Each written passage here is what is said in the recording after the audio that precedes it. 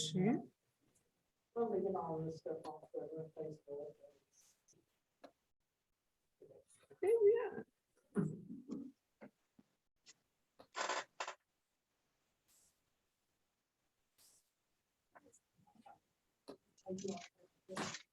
For whatever reason, it's not even mine that comes out. I'm going to hide it altogether. Okay, so we're going to, if you could turn off the light. Thank you very much. Why does it want to show me? Right. Yes, mute, but somebody has.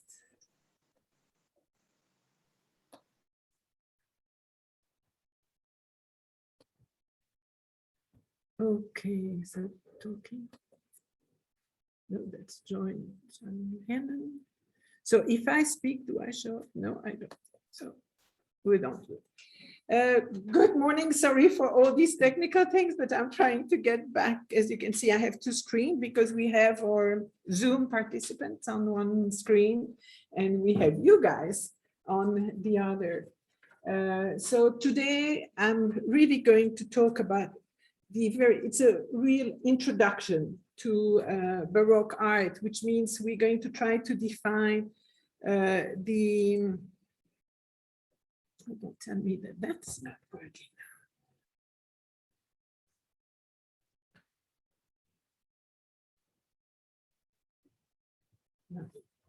No. Really try to define the Reformation, Counter-Reformation, which are really going to be the main trigger to that change of style in the Baroque period. So first, let's look at the way Italy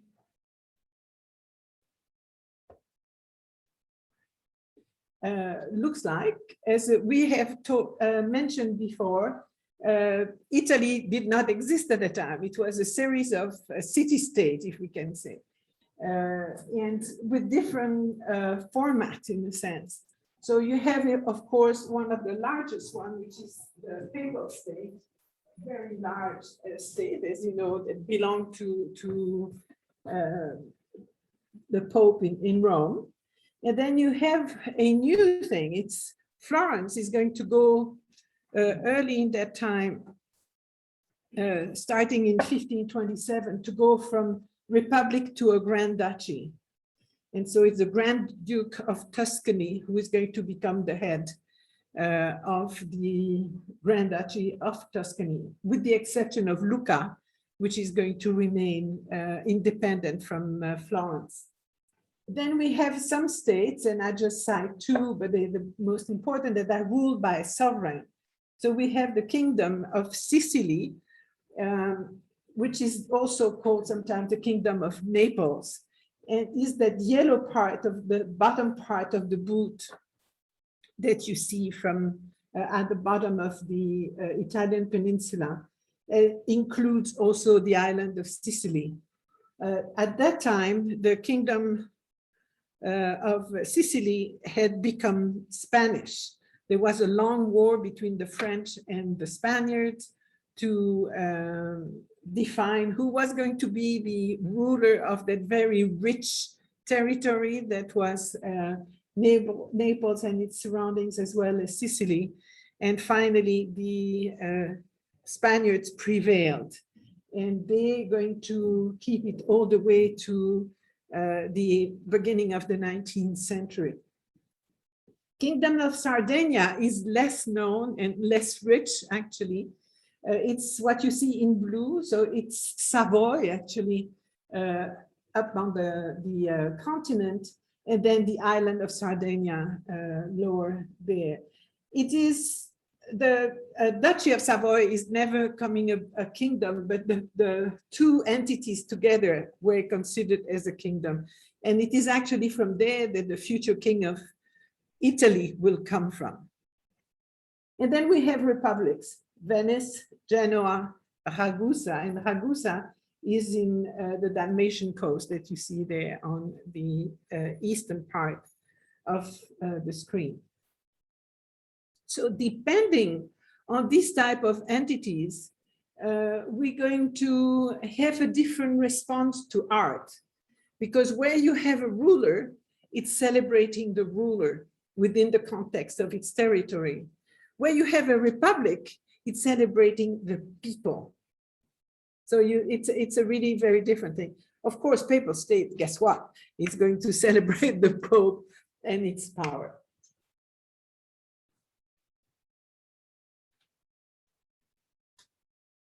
So there comes the Reformation. And why do we have a Reformation? There were a lot of excesses, as you know, with the Catholic Church. And so the people that were trying to not especially step out of the Catholic Church, but trying to reform the church, were arguing against the selling of indulgences.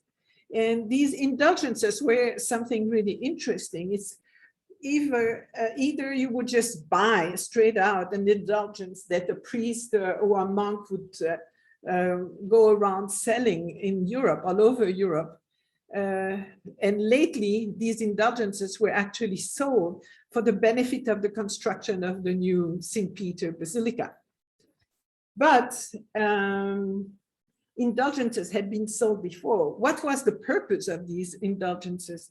They were supposed to shorten the period of time that you were going to spend in purgatory. And not especially for you, but for whoever you dedicated the indulgences to. So imagine you have a father that didn't behave very well during his life, and the child says, you know, I'm going to buy some indulgences for my father so that he goes faster to heaven. So this was, of course, quite excessive, and a lot of people revolted against the idea. Simony. Simony was the idea of selling some of the position within the church, which was not supposed to be done. You were elected, you were promoted, but you were not supposed to sell these positions. Mariology was the cult of Mary. And Mary had become an incredibly important figure in the Catholic Church. She had given that humanity, if you want, to the church, that kind of nurturing presence that you have in the church. And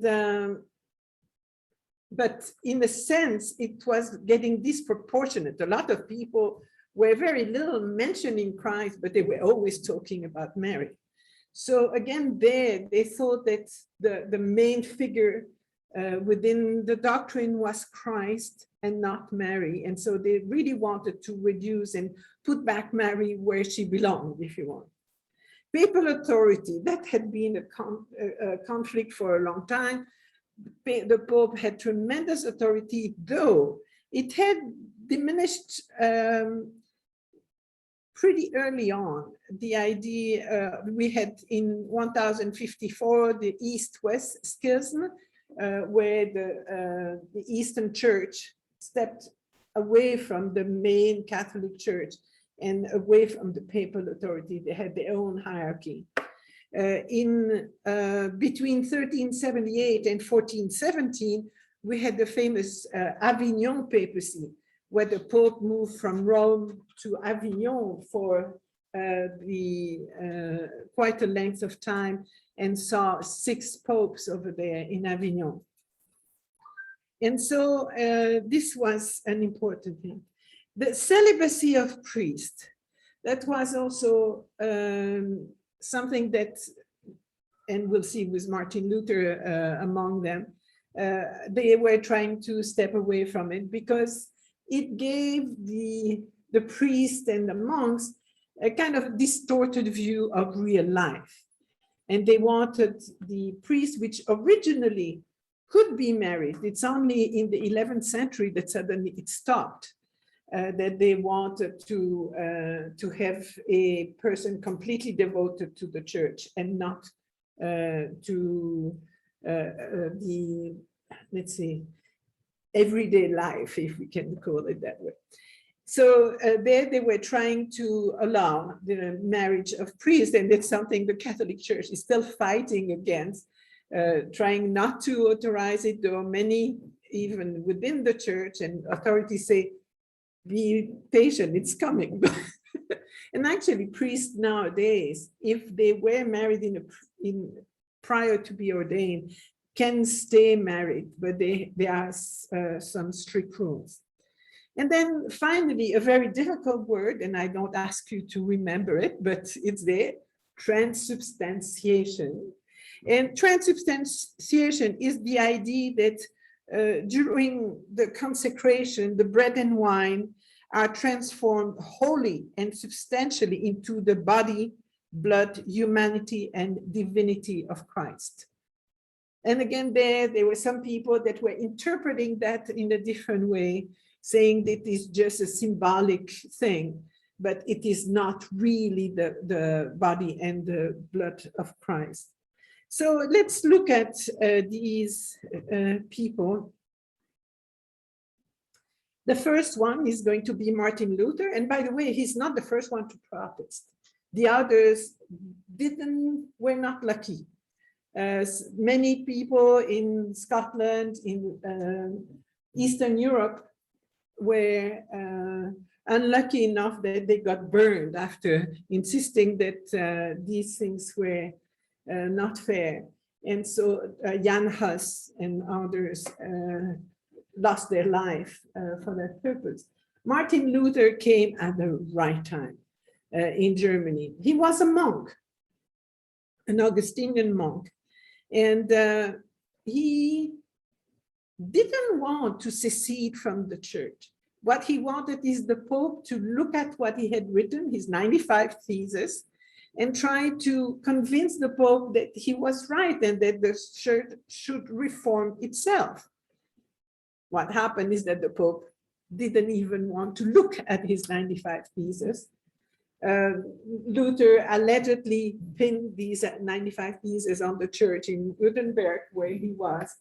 But why did he succeed? He succeeded because many of the rulers of German state, as you know, Germany didn't exist at that time either. It was a huge amount of state. Over 300 states made Germany at that time. And many of these states were dependent on the ruling of the Holy Roman Emperor, at that time, Charles V. And many were rebellious towards him because he was imposing taxes, he was imposing a whole series of things. And so they were angry at his ruling. And so Charles V was working, Holy Roman Emperor tells you everything. He was working hand in hand with the Pope. But the thing that happened is that once Martin Luther came, in the state that he decided, that the elector there said, that guy might be right, and I'm going to support him against Charles V and against the Pope. And so this is why Martin Luther, he came and, you say sometimes you have to come at the right time to do something. He did. And so in 1517, he put his thesis there, and it went on. He was excommunicated by the Pope, and then finally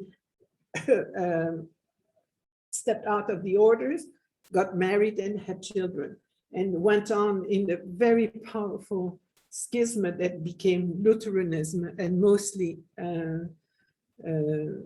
professed in what is now Germany, in Denmark, and some of the Scandinavian countries, part of it.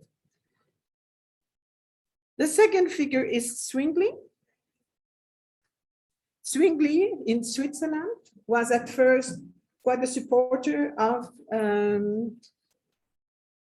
Martin Luther, but then he started being even more extreme than Martin Luther. And he's the one, actually, with some acolytes around him, that publicly called for the removal of statues of saints and other icons in the churches. So Martin Luther was not against it. And if you go into a Lutheran church, actually, there are images. And so it's different. But Zwingli in Switzerland is the first one. And that's what led to this demonstration of iconoclastic activities that defaced so many churches in Belgium, Holland, and northern France, for example. The third, John Calvin, born in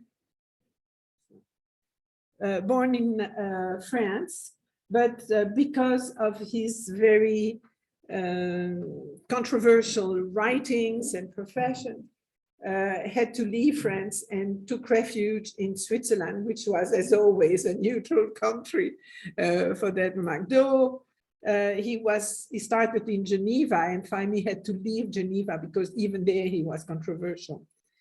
He attained a Doctor of Laws degree in Orleans in France, and had a lot of friends very highly placed in France. But he wrote a lot of things and believed, as you know, in the,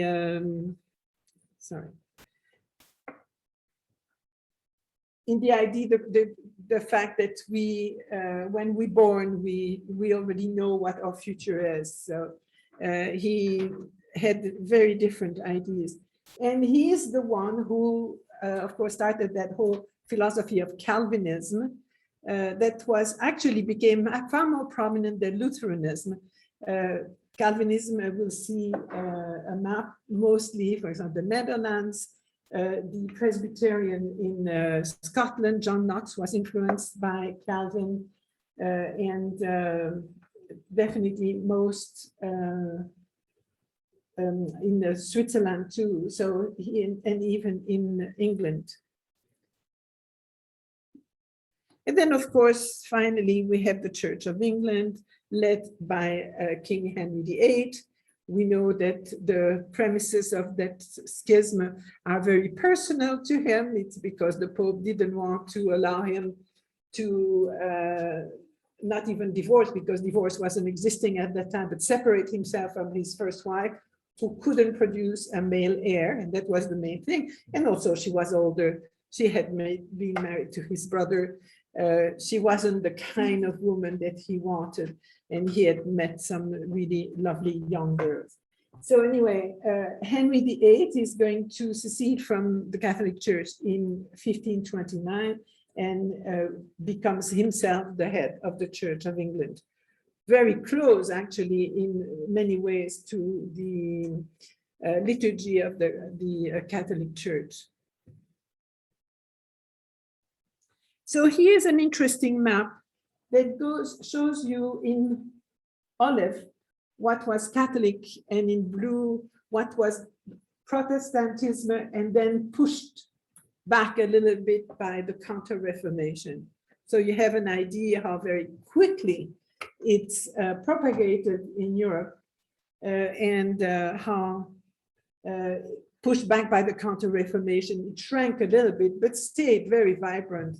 As you can see, the whole Scandinavian countries, England, a good part of England, with, of course, with I think Iceland, and we have the northeastern Europe also. Of course, what you have beyond what is in white over there is all Orthodox Christianity.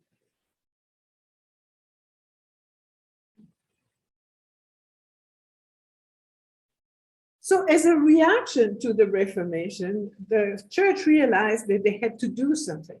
And so they convened, and this was initiated by Paul III. They convened in 3 sessions in the city of Trent in northern Italy. And this is known as the Council of Trent. And it was a commission of cardinals that had received the task to try to make some initial institutional reform, and to try to address all the contention, and finally the 95 Theses and out of Martin Luther. Try to understand why the indulgences were so reviled by people.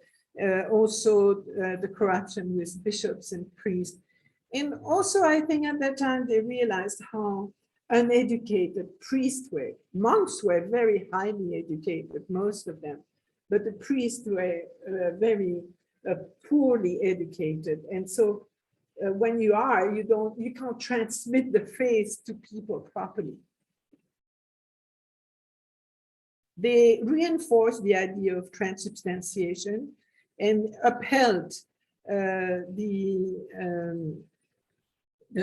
sacraments the way they were, whereas most other are going to cut down to 2 or 3 different sacraments, but not all of them. They also are going to insist on the idea of pilgrimage. Pilgrimage that had given so much dynamism to the Catholic faith during the Middle Age.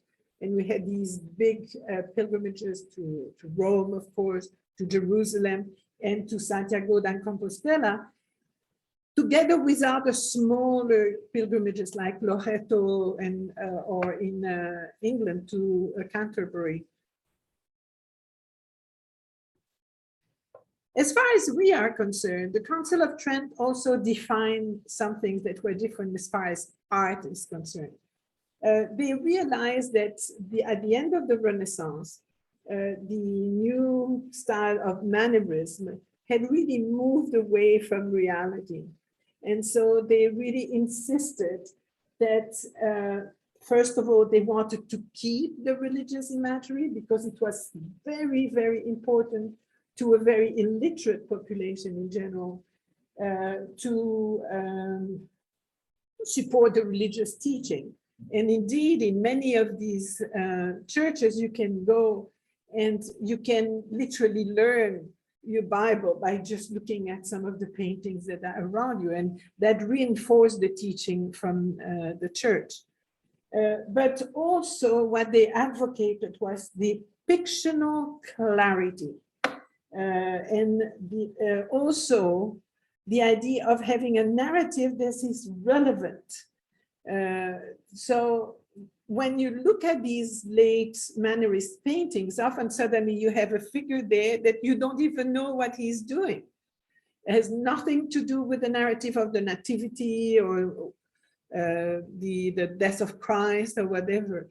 And so they wanted to make sure that every figure that is on the painting of a religious painting was mentioned in the Bible. So you could look at the Bible and say, okay, this is correct. And some clerics became quite responsible whenever a religious painting was made, particularly for the large commissions, that if it was a story that was in the Bible, that it was politically correct. So what we're going to see, that was still kind of vague. And one particular individual is going to define much more in detail what was authorized by the church and what wasn't anymore.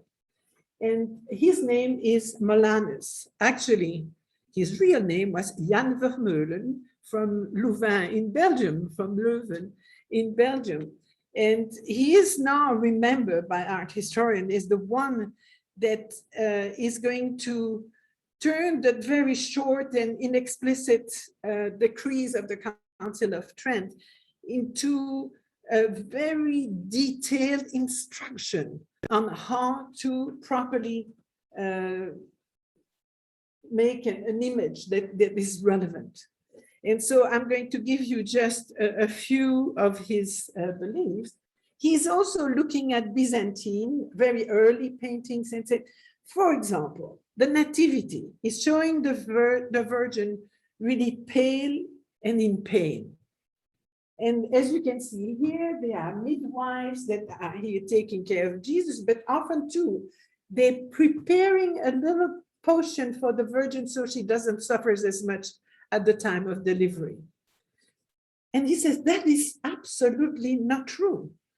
The Virgin would have been held back from any pain because she brought forth her divine Son without pain.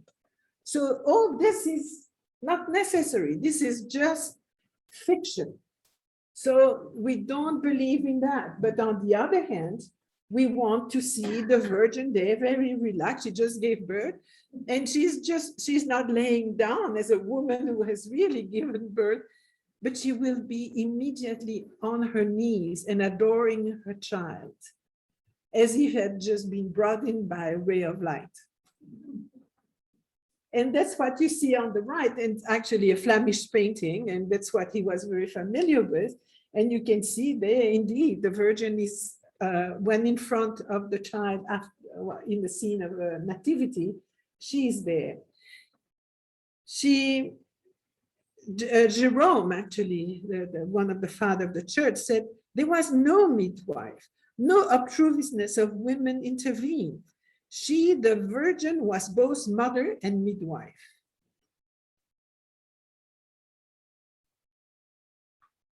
It literally goes on saying, how stupid. Those artists ought to be laughed at who painted Mary in the very act of childbirth, pains, accompanied with pain, midwife, bed, little knives to cut the umbilical cord, with hot compresses and many other appurtenances. Rather, these pictures should be promoted, which show the birth of Christ, in which the Blessed Virgin Mary, with arms folded and on bended knees before her little son, as though he was just now brought forth into the light. So that was a very big change, because it's going to change really the iconography, the usual iconography that was shown before.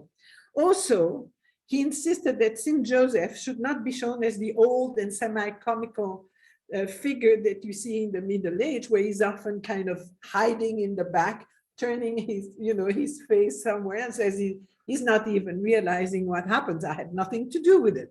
So now he wants him to be a young, vigorous, and firmly in control of the Holy Family. So you can see how things are changing.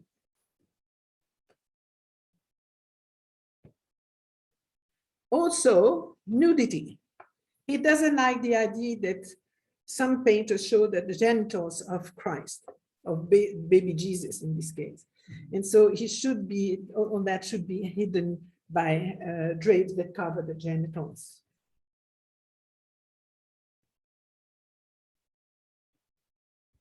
He objected also on the idea of the death of the Virgin, and that's why you often see the title is not the death of the Virgin, but it's the dormition of the Virgin, because the Virgin, of course, is going to, during the Assumption, be elevated as such to the heavens, and so she's not dying really. It's almost like a sleep. Also, he doesn't like the idea that the Virgin is, as he called, swooning at the foot of the cross. She is often shown supplicating Christ for mankind, and she should, in fact, be sitting along Christ in stern judgment. Mary Magdalene also should not be shown as an overdressed prostitute, and generally dress should be simple.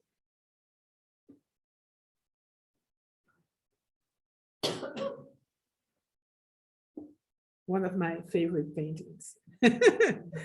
The Ghent altarpiece, absolutely extraordinary work. Of course, open, as you can see there. And this is where you have what he wants, is that he sees Christ in the Last Judgment, surrounded by John the Baptist and Mary.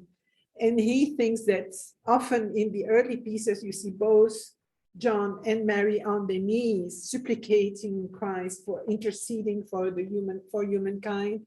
He thinks that they are participating to the judgment. Therefore, as you see in this painting, they are shown sitting down next to him. So as assessors, as he says, the mercy which is extended now will have no place then. There will only be strict justice in that day.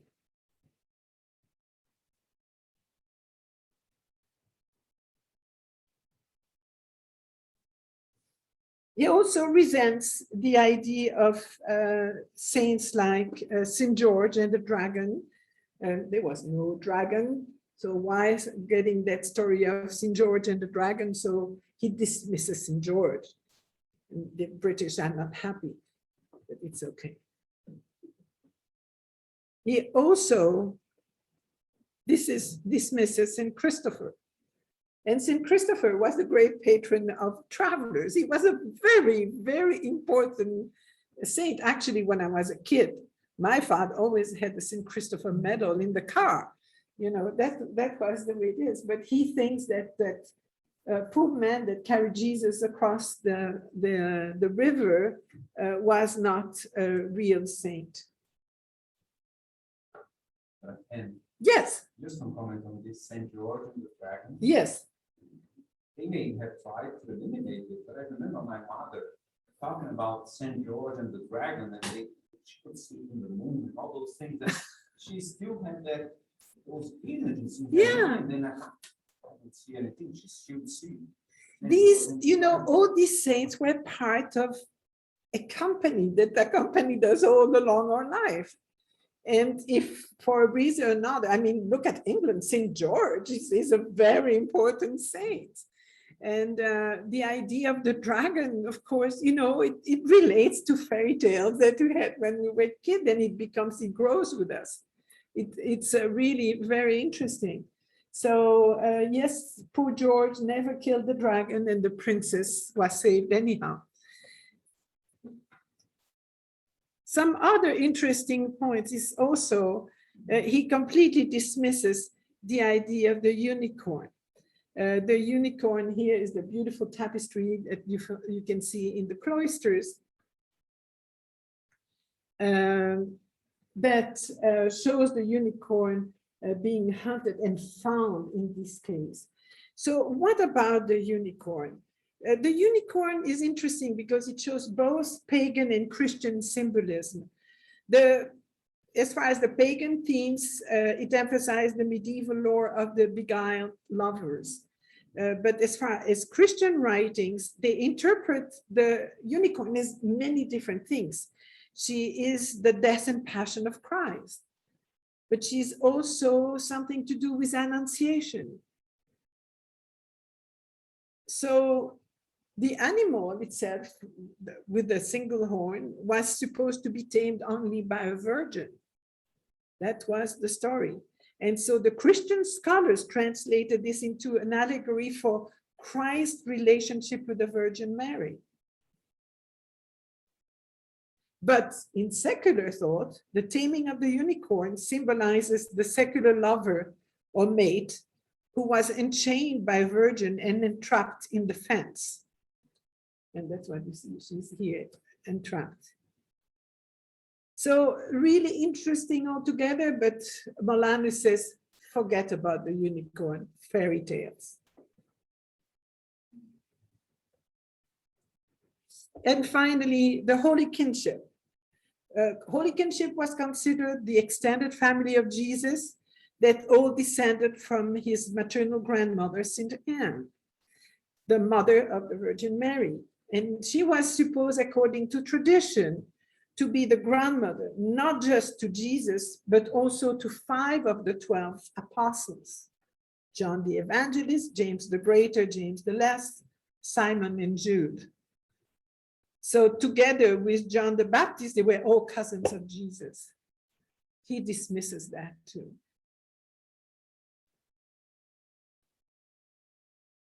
So the new rule stated by churchmen and reformers says the art should show clarity, simplicity, and intelligibility, which means it should be understood at the first level. What had happened with Mannerism is you had different levels in paintings, and you could look at it and say, oh, this is it, you know, nativity. The next person comes a little more learned than you are, is going to say, oh, yes, but there is that kind of little quote about this and this that intervenes. And this is what the Mannerists were doing, and we'll see that in a minute. They were quoting other paintings and other art, and only the elite could understand it and try to make sense of it. They wanted a realistic interpretation, but very much, and this is what we're going to see with the Baroque art, is that emotional stimulus to piety, really help people to respond to piety and to faith in a very emotional way. So which is going to make the painting, and Baroque is very much that way, really appeal to the emotions. They don't want the worship of images, and that these excesses we had seen where images became the subject of idolatry. And they didn't want that. And to prevent that, they say, do not fix your eyes too intently on images. This is Philip of Neri who is going to say that. And they also say churches are no entertainment places. And of course you have the theaters. You had theaters in the church or on the steps of the church that were reenacting different of these things. So this is really the core of what is going to be the new art.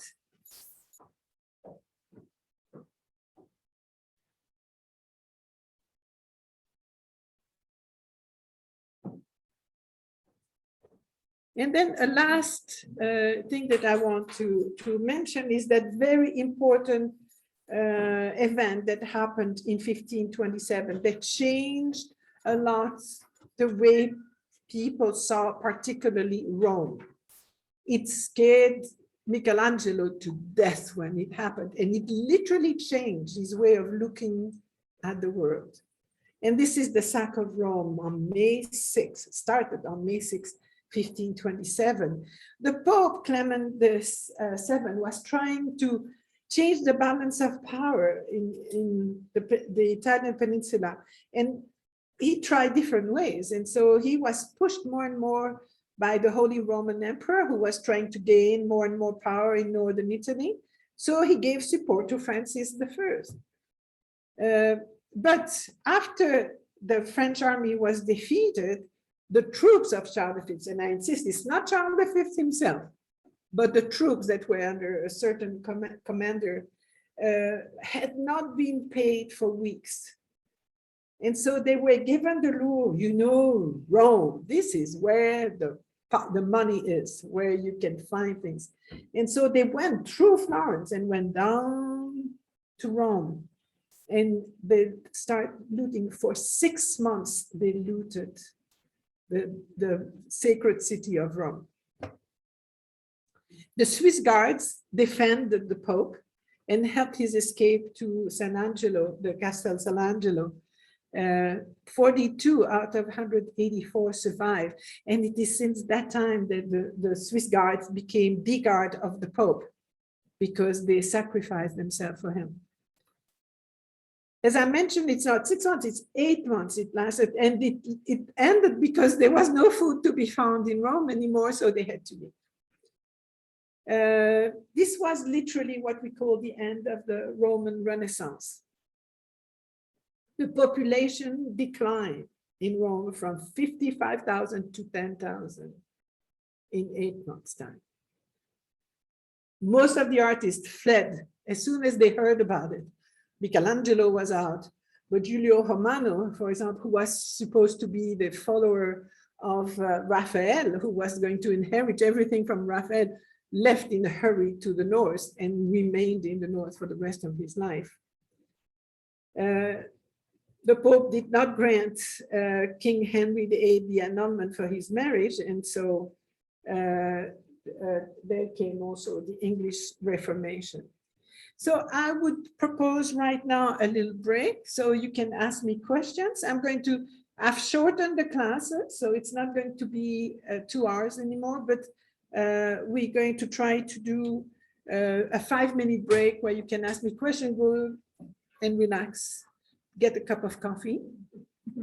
Thank you very much, Ben. And with the sack of Rome, yes, does it mean that the papal states were affected, or just Rome was affected? No, it's mostly Rome. Mostly Rome, because it's really the city. They knew there were treasures there. And so they pillaged, they plundered completely the city. And it really had a big time to recover from that. People on Zoom, you can ask questions too. You're part of the conversation. So at 1:45, we will go on. So if you want to have a coffee, if you want questions, you can put one light on, Pam. Thank you. If you have any question otherwise.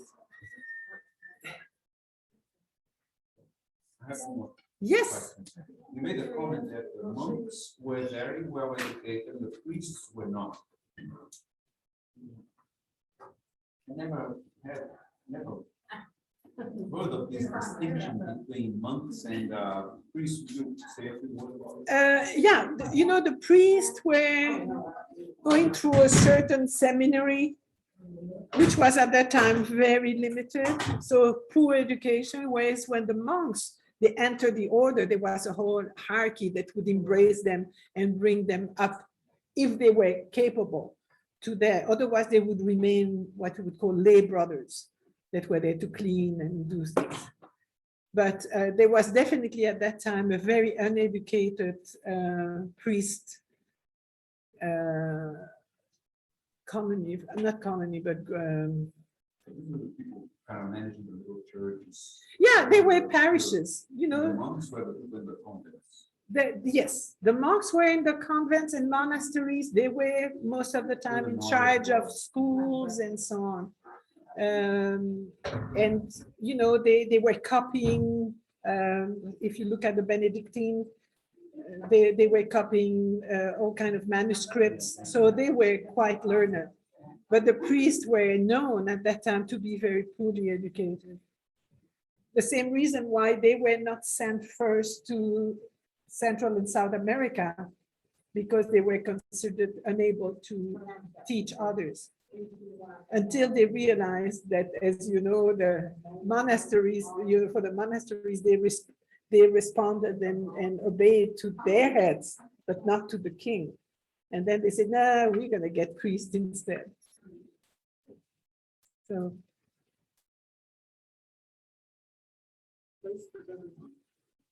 Yeah. Yeah, I know, you're coming on for that.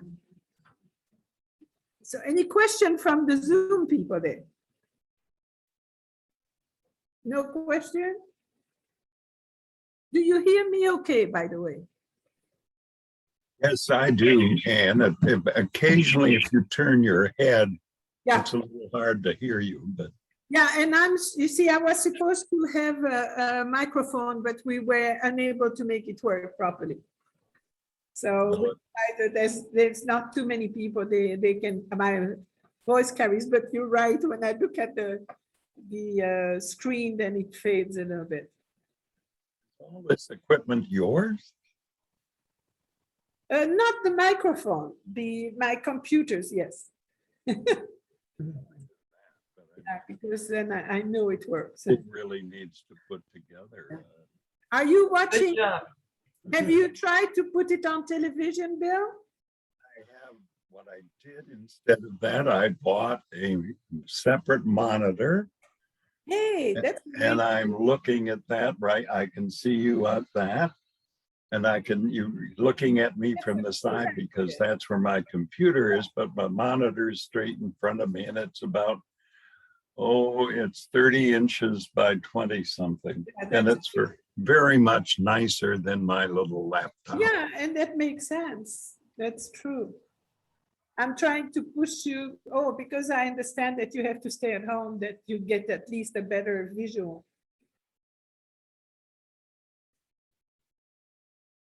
So as soon as they're back. I never knew where Baroque came from. Yes, then you will hear everything about it. And the irregular pearl, though, I think. This is one of the version. It's probably, and actually coming from Portuguese. They're not quite sure. So there are a few versions, but this is the one that is mostly accepted. Do you confirm Barocco? I love the history, and I think that's so helpful. But you know, I realized how much people knew little about the Counter-Reformation, even more than the Reformation. And as long as we talk about art, it's very, very essential to understand this because it's going to change everything.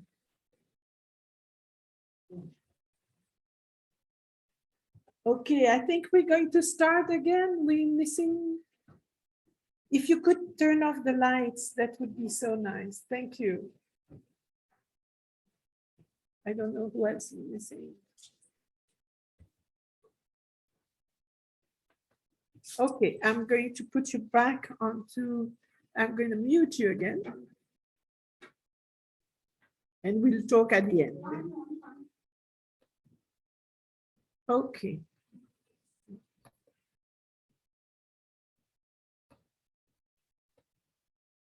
No, and it's on. For whatever reason, it doesn't come on the speaker.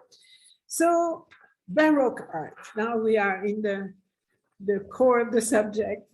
Yes, the name that was given then to that new style that succeeded to Mannerism is Baroque art. And there are different theories on the etymology of the word, but the mostly accepted is the idea of an irregular pearl. And I saw that magnificent specimen of a Baroque pearl. And I put kind of Baroque pearl on it too today.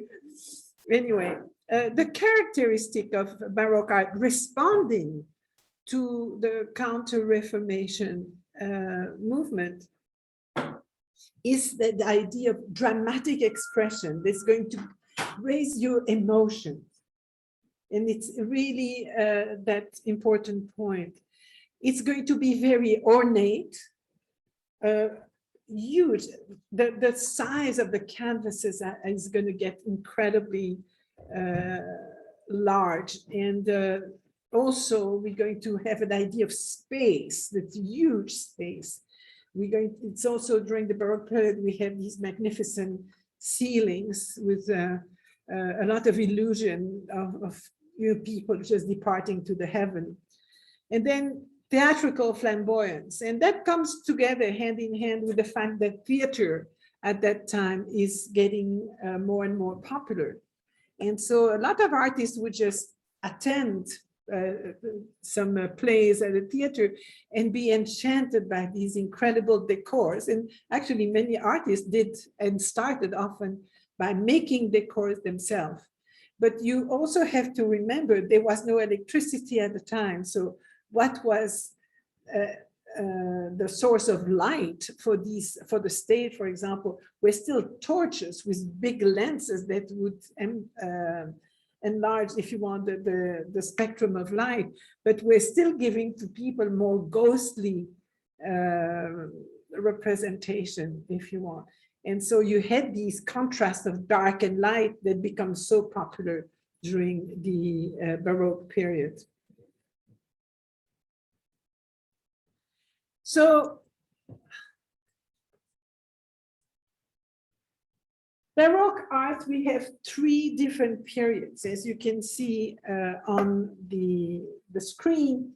The first, and this is the class will be constructed accordingly. So the early Baroque art runs more or less from 1590 to 1625. And that's going to be, mostly we'll talk about Caravaggio and the Carracci family. These were the early artists of the Baroque. Then we have the high Baroque that runs from 1525 to 1660. And that's going to be the great Bernini and Borromini.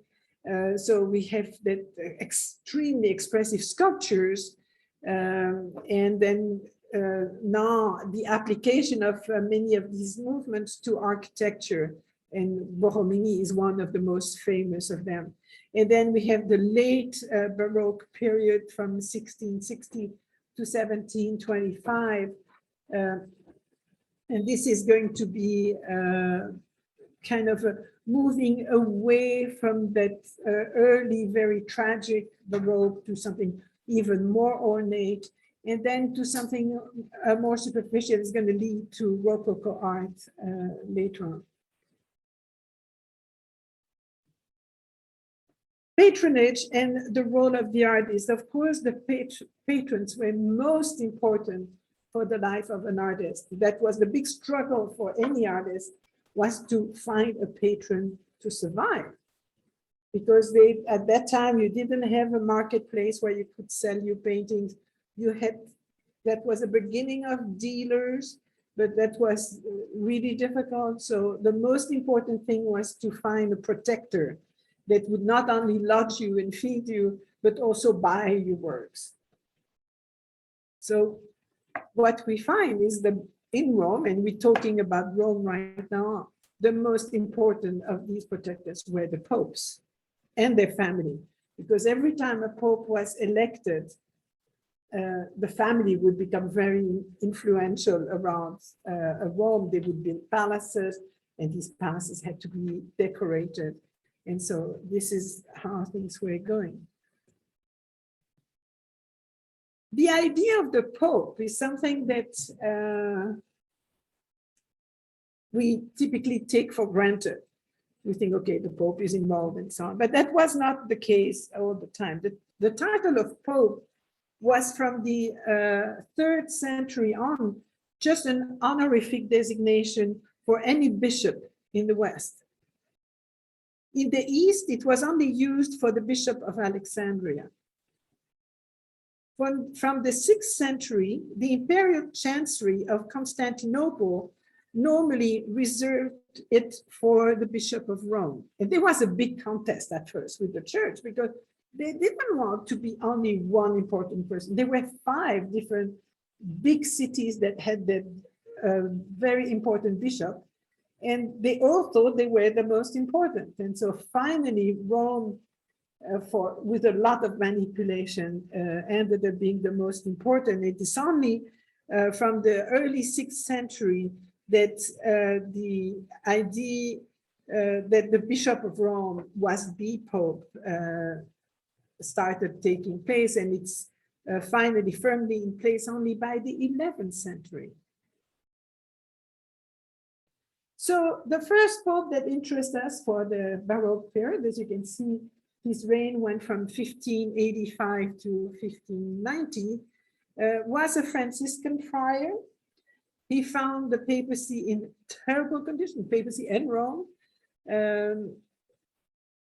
The Pope Gregory XIII that preceded him had left the states in a terrible condition.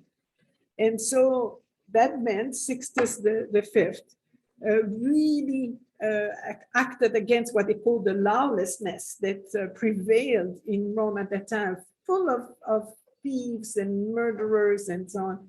And so he really acted with a ferocious severity.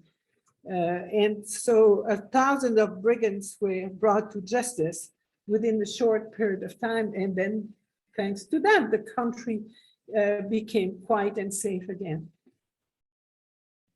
So he also had to repair the finances. He had to resist against the Spanish predominance. And he became very instrumental in developing the city with avenues, star-shaped squares, fountains, obelisks. And we know how that is so important, is the structure of the city. Look at France, once it redid Paris, became the city that we now love. And I know they demolished all kinds of beautiful things, but the idea of having a very structured city made it the big city of the light that is known. So he did all that, but unfortunately, he only used what we can call mediocre artists. They were artists, but they didn't bring anything new. There was no real development of art during that time. He actually, to repair his finances, he did some simony. He sold some offices, and he also levied new taxes and was able that way to straighten up the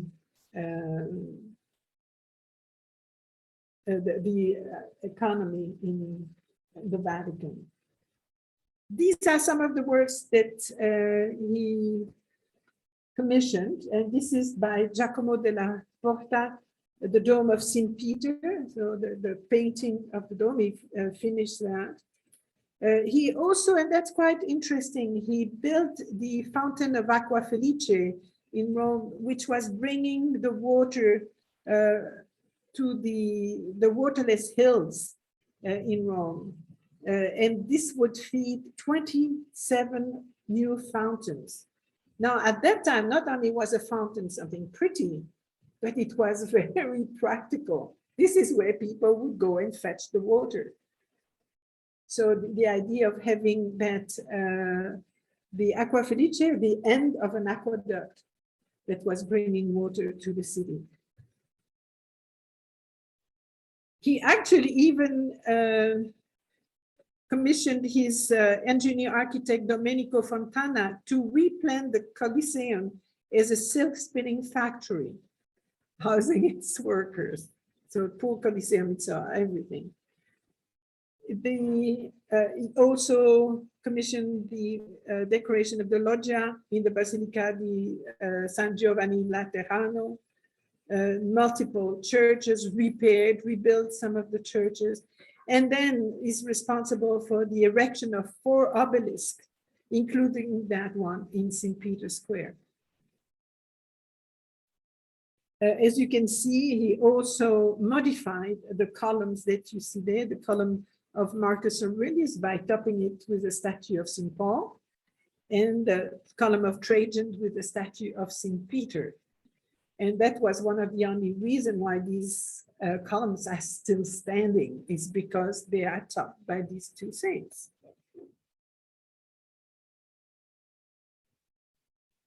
The successor, Paul Borghese, actually is not the direct successor. There's a series of popes that lived for 12 days, 315 days, 62 days.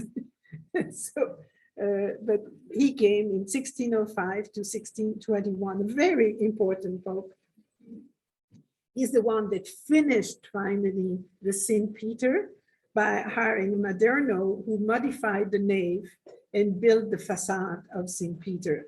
Unfortunately, as we'll see along the story, the facade was supposed to have 2 towers on either side. And these were not, they were not, I mean, they were, Bernini is going to try to build it, but it's going to crash. And so they remained without it. That's why, in a sense, the facade of St. Peter is out of proportion. He also commissioned the rebuild of the Cappella Paolina in Santa Maria Maggiore, decorated by Cavaliere d'Arpino, who we will see was one of the teachers of Caravaggio. He was commissioned also the Quirinal Palace with the different architects like Fontana, Ponzio Maderno, and Tassi, decorated by Guido Reni, Lanfranco, and Antonio Carracci. And then was affiliated, of course, his family member, the Cardinal Scipione Borghese, who was an extraordinary patron of the arts and quite an interesting character. We'll talk to him about him a little later. He's going to have one of the largest collection of art of the time, with Titian, Raphael, Veronese, etc. He was known as a very jovial and worldly type of character. And here are some of the works. So the facade of St. Peter, the Cappella Paolina in Santa Maria Maggiore, and then the Palazzo del Quirinale on the right.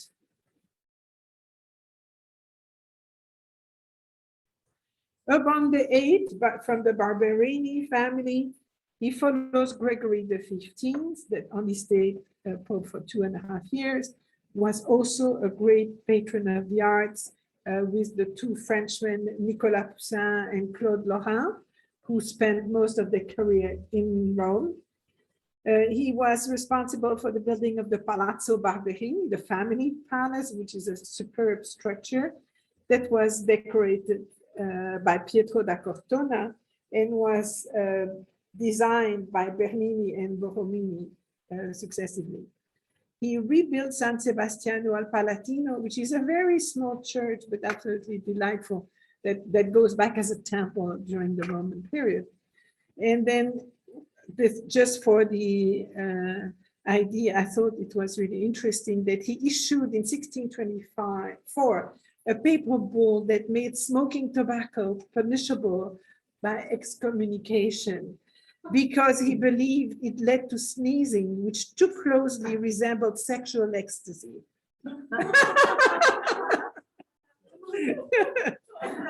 So that was really interesting. And here are some of, well, that's the Palazzo Barberini that you can see there, begun in 1627 by Maderno, Borromini, Bernini. Of course, such a large edifice, you know, you have a succession of architects because they die or they are redirected to other works.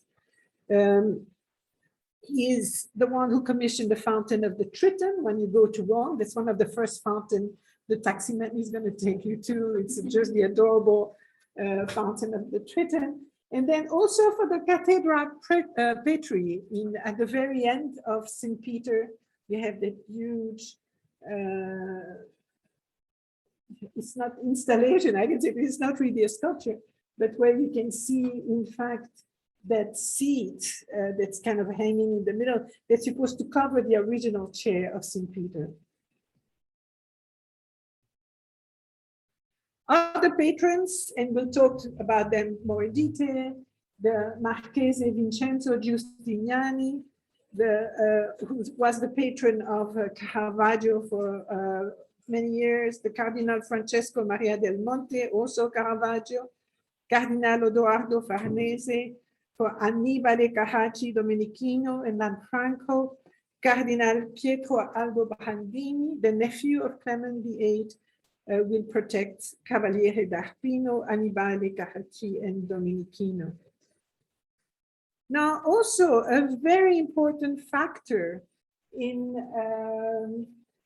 that period that's also going to change the understanding and the profile, if you want, of faith, is that in that spiritual renewal, there are a few characters that are notable.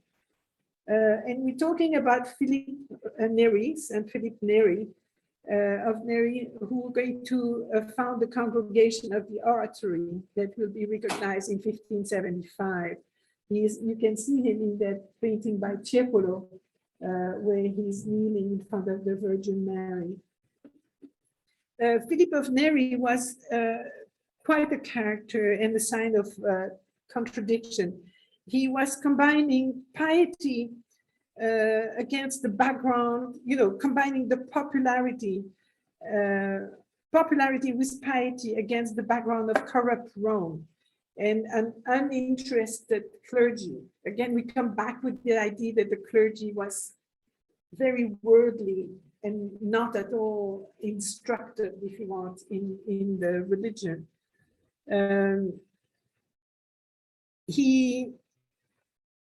It's really interesting because he comes at the same time as the Jesuits. The Jesuits, we'll see in a minute. But both of these orders were designed to serve the common people and were out of the monasteries. They were active people within society. And that's going to be very important, really active participation in world affairs. He possessed, according to people that knew him, a playful humor combined with a shrewd wit. And he considered a cheerful temper to be more Christian than a melancholy one, and carried the spirit into his whole life. And this is what he said: a joyful heart is more easily made perfect than a downcast one. And that's a really interesting view of the world, I think. I wish we had more of him. He founded in 1548 the Confraternity of the Santissima Trinità dei Pellegrini e dei Convalescenti to minister the needs of the thousands of poor pilgrims that were coming to Rome and then had no money to go back. And so he really helped all that community, if you want, of pilgrims that had come to the Holy City. and try to help them to go back home and to treat them in case they were sick. So when we talk about the oratory, it's going to be like the Franciscan churches. These are going to be just a one hallway, if you want, for the church, just one nave, so that they respond to the prayers and the songs that the monks or the priests are going to sing. The next figure is, of course, Ignatius of Loyola, the founder of the Society of Jesus, the Jesuits, that was recognized in 1540. Very different. This is a military discipline. He was a soldier before he became a monk or a priest or a Jesuit in a sense. He really asked for strict vows, militant in missionary zeal. And we know that once they came about, they were sent very quickly to the New World, for example, where they made unbelievable missions all around that were actually protecting the indigenous population against the settlers that were abusing them. He opposed the new scientific age. And he was, in a sense, promoting a blend of active and contemplative lives. What is very important with him is the publication of the spiritual exercises that every Jesuit had to follow. These exercises that were gave an instruction about different meditation and contemplation on the nature of the world, of human psychology, as Ignatius understood it, and of man's relationship to God through Jesus Christ.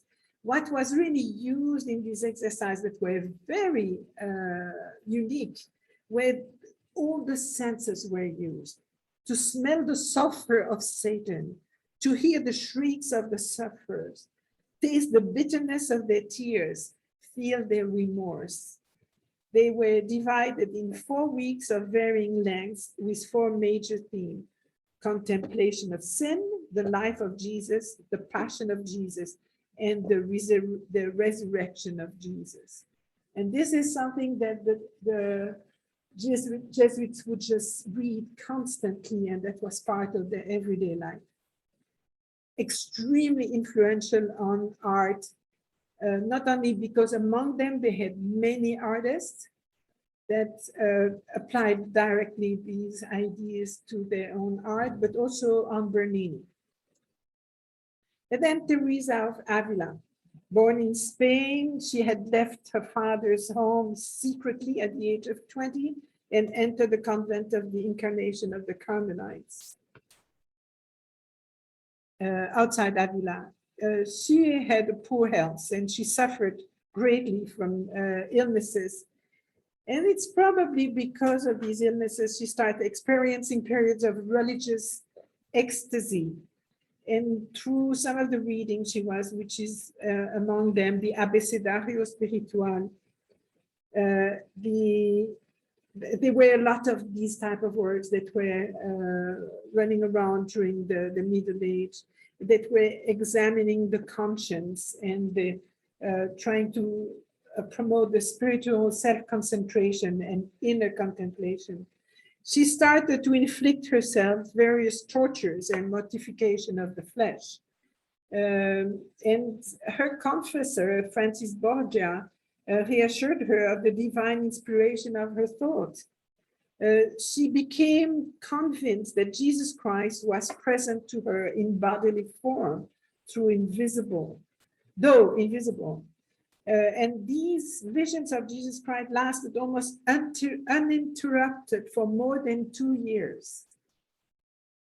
And then in another vision, and this is what Bernini is showing here, is that vision that the seraph drives the fiery point of a golden lance repeatedly through her heart, causing an ineffable spiritual bodily pain, but also an ecstasy that has often been compared actually to a sexual ecstasy.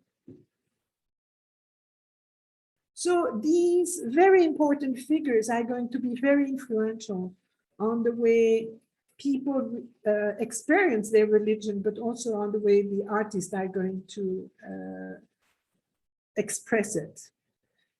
We're going to have a lot of new churches, new iconography.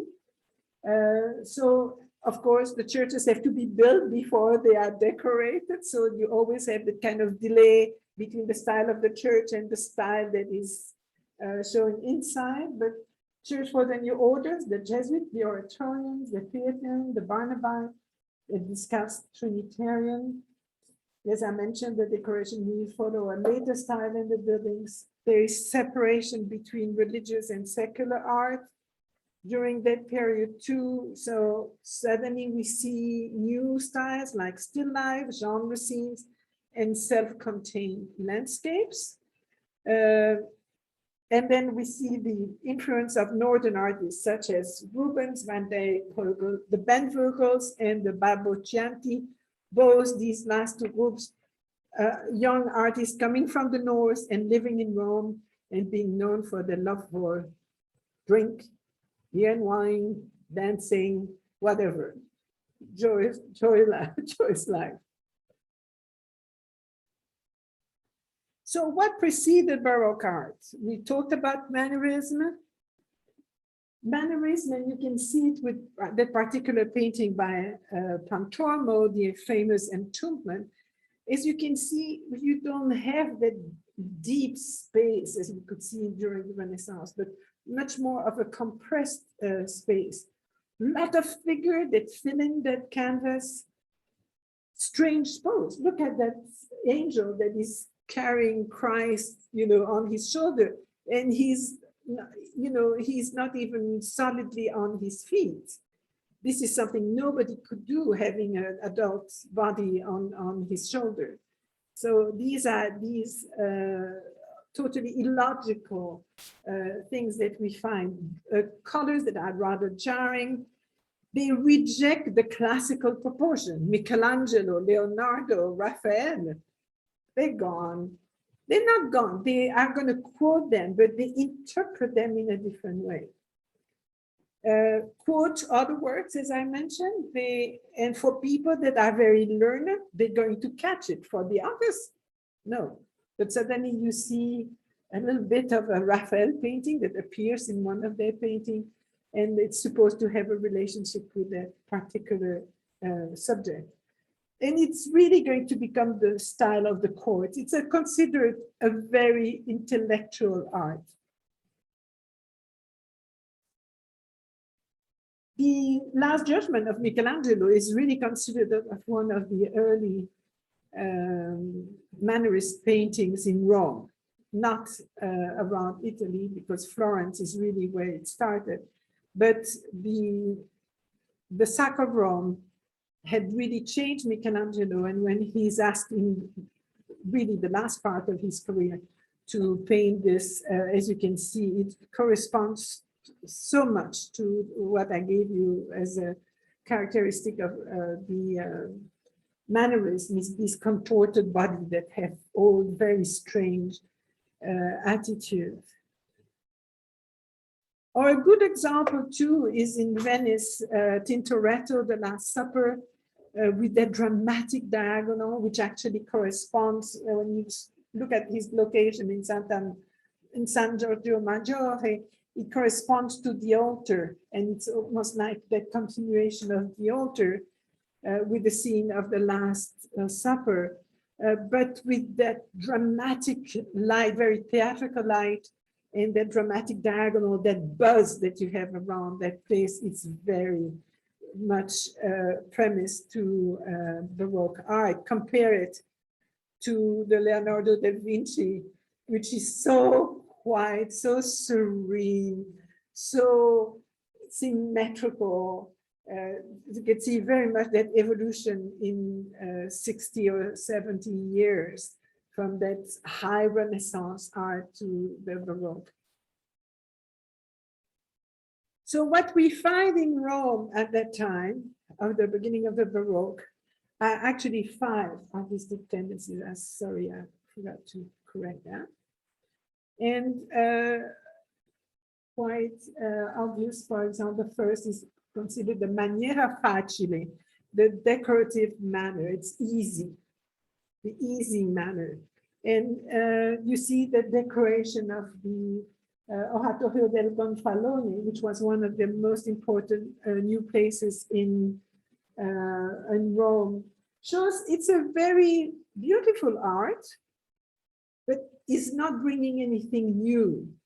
And that's how we often judge these paintings. It can be nice, but it doesn't warrant a particular position for that artist into the pantheon of artists, if you want. And so this is Zucchero, who not only worked in Rome, but worked around. He actually traveled to Lorraine and the Netherlands and to England, where he even painted the portrait of the Queen, and then worked in Florence and in Venice, was invited to the Escorial by Philip II of Spain, where he painted a few altarpieces too. So he was quite a traveler. But for Rome, you can see, for example, that scene there is very reminiscent of another previous painting here, the scene of Jesus with attached to the column is very reminiscent of a painting, and the name of the artist escapes me, but who had made something pretty similar.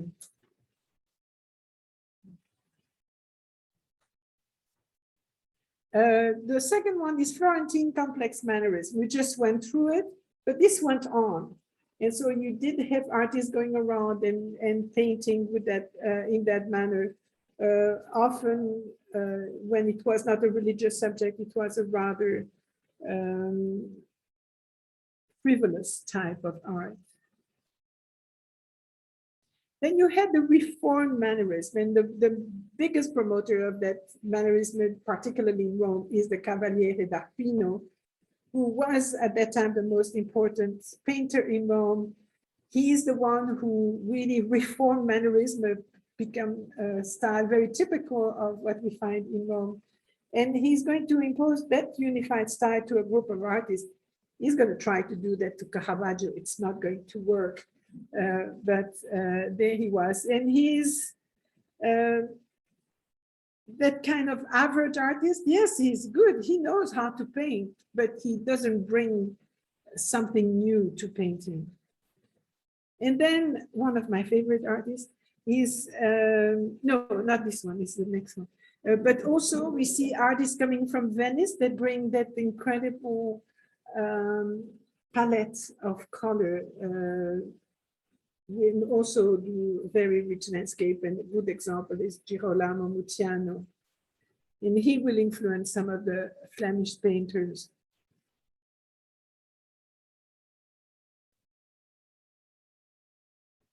And then finally, emotionalism that is inspired by Correggio. And there is my, two of my favorite artists, actually. Correggio is one of them. You see on the left, the famous Jupiter and Io. One of the most incredible paintings, I think, when you see Jupiter who transformed himself in a cloud and embraces Io. And you only see, and I don't have my, the face of Jupiter, they're lost in the cloud. And then you see the crowd surrounding Io, becomes like clouds. He was influential on Barocque. And Barocque is an artist that is being rediscovered right now, and I think is absolutely extraordinary. He's actually closer to what we'll find in the 18th century in Venice with Tiepolo and some others, but he's incredibly refined. He's an amazing colorist. And worked in very particular way because he prepared every paintings he did with multiple drawings, but the drawings became works of art on their own. So he was even selling these were valuable. So I'm going to show you a few of his works. This is in the Vatican collection, the Annunciation. And again, we see the influence of the Flemish paintings with that open window at the back, comes directly from Flemish paintings.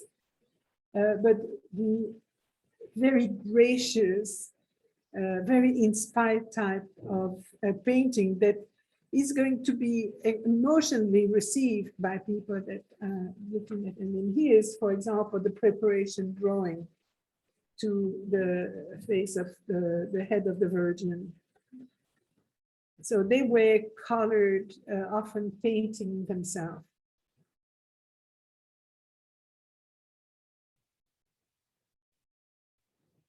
The hands.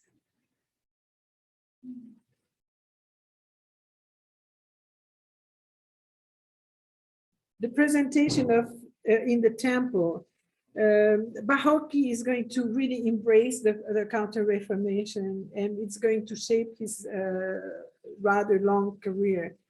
He joined in 1566 the lay order of the Capuchin, which was an offshoot of the Franciscan. And he has also been influenced by Philip of Neri, who apparently was in tears in front of his paintings.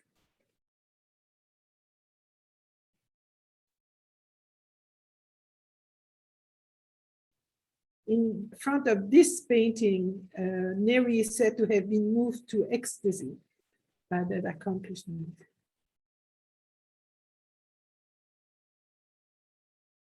Here's one of the preparation drawings of Elizabeth.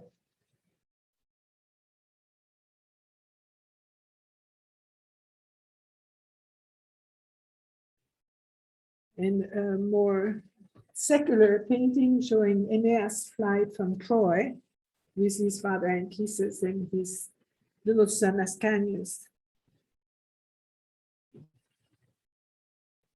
And actually, that's that painting that inspired the Cardinal Scipione to commission a large marble group from Bernini, seeing this painting, and we'll see that sculpture by Bernini. It, of course, is directly related to the birth of Rome, so it was very important in the city of Rome. Great luminosity, great movement, a great composition, sense of composition. And finally, the institution of the Eucharist that was commissioned by Clement VIII and was only finished 3 years after his death in 1605. To me, Baroque is one of the greatest colorists I've ever seen. So I hope this made you understand better that period of transition, and then next time, Caravaggio, from the secular to religious painting. Let me stop the recording.